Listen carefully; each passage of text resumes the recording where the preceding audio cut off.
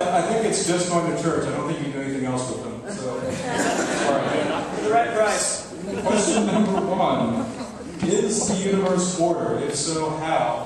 First response, affirmative to the Baptist statement. To answer the question if the universe is ordered, I would say yes, most definitely. And how it is ordered was quite simply through my beliefs. We've been looking up to a book named John, called John. And in the first chapter, it clearly explains that there's a person named Jesus Christ that brought order to the universe. He created everything. He brought order to it. And it was perfect. It was clean. It was beautiful. And that's what I believe. Well, I definitely agree with Mark that God brings order to our lives. He brought order to my soul and peace to my heart. But on a scientific level, I believe that everywhere you look, you can't escape the fact that there's unmistakable, undeniable degrees of order in this universe that allow for life to exist. If you just think about the earth and just in a bigger picture of things, how every little piece of everything has to work together to allow life to exist. And that's not just my opinion.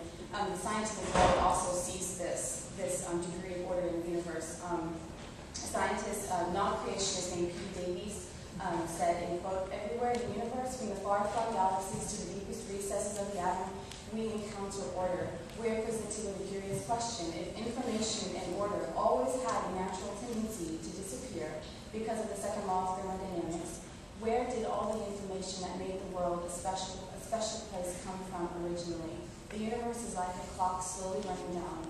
How did it get wound up in the first place?" End quote. And that is actually that observation of this order in the universe that has come together to really allow life to exist, and more specifically for mankind to exist, has been termed the anthropic principle. And it's evident in several tons of different evidences in biological systems. I love my biochemistry class right now because it's tons full of those systems that could not exist with one part being missing. It's just so complex, things that we can't even begin to imagine, begin to understand yet. But we're getting there. But the more we get into it, the more complex it is, the more ordered it is, the more perfect it is, and it's just beautiful to me. One thing that I was going to describe to y'all is, in order for matter to exist, matter is made up of atoms. We know that an atom is the smallest particle of matter. We've learned this in science in 3rd grade. You know that the proton and the neutron are in the nucleus and the electrons are circling around. Well, in order for an atom, the fundamental unit of all matter, to exist and be stable, there has to be a balance between the masses of the protons and neutrons and electrons. And this balance is so precise that the neutron, which has no charge, has to balance the mass of the proton it has to exceed the mass of the proton by such a small, tiny amount, and that amount is exactly equal to twice the mass of an electron. And if it was just a little bit more or a little bit less, the atom would explode or collapse upon itself, and there would be no stability in the universe. However, I think that's so awesome because according to evolution, the elements were formed by the Big Bang, where caused friction, and friction caused an explosion where all of a sudden you have these subatomic particles, and yet by some miracle, by some chance or random chance, it created protons and neutrons and electrons, and somehow this neutron with no charge at all got hooked up with this proton, just with exactly the size it needed to be to balance out the mass of the protons, so the electrons could come together and form these elements, and then all this other stuff happened. I just think it's amazing, and I see order all about me, and that's why I definitely believe that there's order in the universe, and that there's no chance it could happen randomly. And I also do have a printout of the math of the probability of these things happening by chance, and what is the probability of a protein.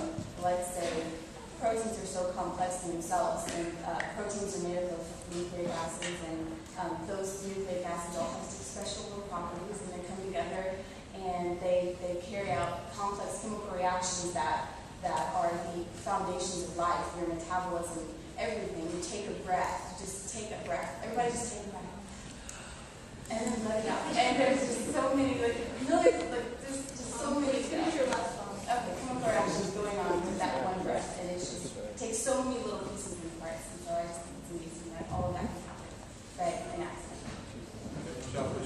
Yeah.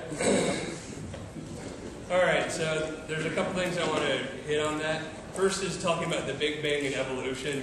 I'd like to point out those two are actually very mutually exclusive. Evolution is a natural process that's occurring to explain the evolution and change of life over time. The Big Bang is the beginning of the universe. Those are two totally different things and uninvolved in discussion.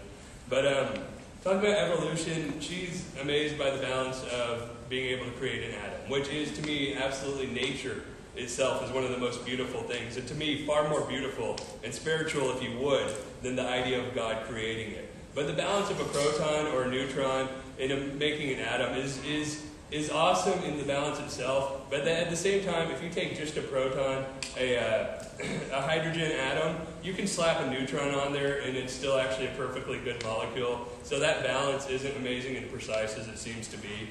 But talking about the complexity in the order of things and how it's so ordered in the chemical processes, she referred to biochemistry and just the order of actually like what's going on inside the cells. It is an amazing order in that it works. But what's amazing about it is that such a sloppy mechanism can actually work. In eukaryotic cells like human cells, almost everything is a really complex balance. There's usually some system that is for whatever's happening and some system against whatever's happening. So say, for example, your cells in your body actually want to kill themselves at any point in time. They're all out to just die. They actually have to have a process that tells them to stay alive from other cells around them and from those cells that actually tell themselves to stay alive. They just want to off themselves. Not very efficient, not very creative, if you will, in how it works. But the beauty of it's really interesting. And talk about complexity versus order, though, too. Complexity and order are two different things altogether. Complexity, eukaryotic cells like we have, are insanely complex, but they're insanely messy. It's like a library with, like if you filled this room with, say, 10,000 books, and that was instructions for life. But then you have something like a prokaryotic cell, like a bacteria. It only has 10 books in there, but it managed to live just fine with those 10 books. Those are two totally different things. One is way more complex, but the other is ordered in a different way in that it's much more streamlined. And you talk about the order of that, complexity and order. Is the universe ordered? So yes, some things are complex and unordered. Some things are ordered and uncomplex. But the universe as a whole, there's no guiding. There's no heading anywhere. There's no purpose. And there's no order behind it. We see natural processes that occur. We see molecular evolution. We see organismal evolution. We see change in time that leads to better organisms. But we still see with that change all the leftover junk in that cells. All the things left behind that are useless or pointless or don't need to be there, or that new mechanisms need to take care of. So, I guess I got to stop now. You have some response?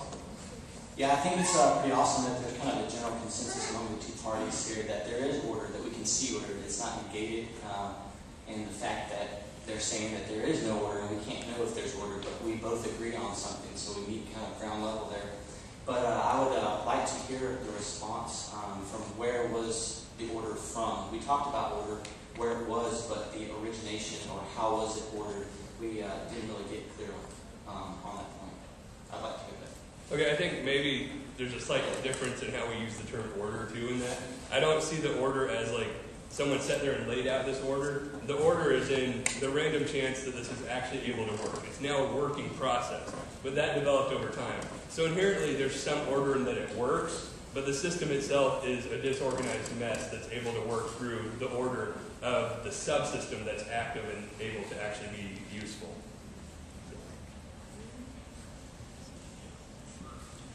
That's it. Anyone else have any comments? Well, or do you have to research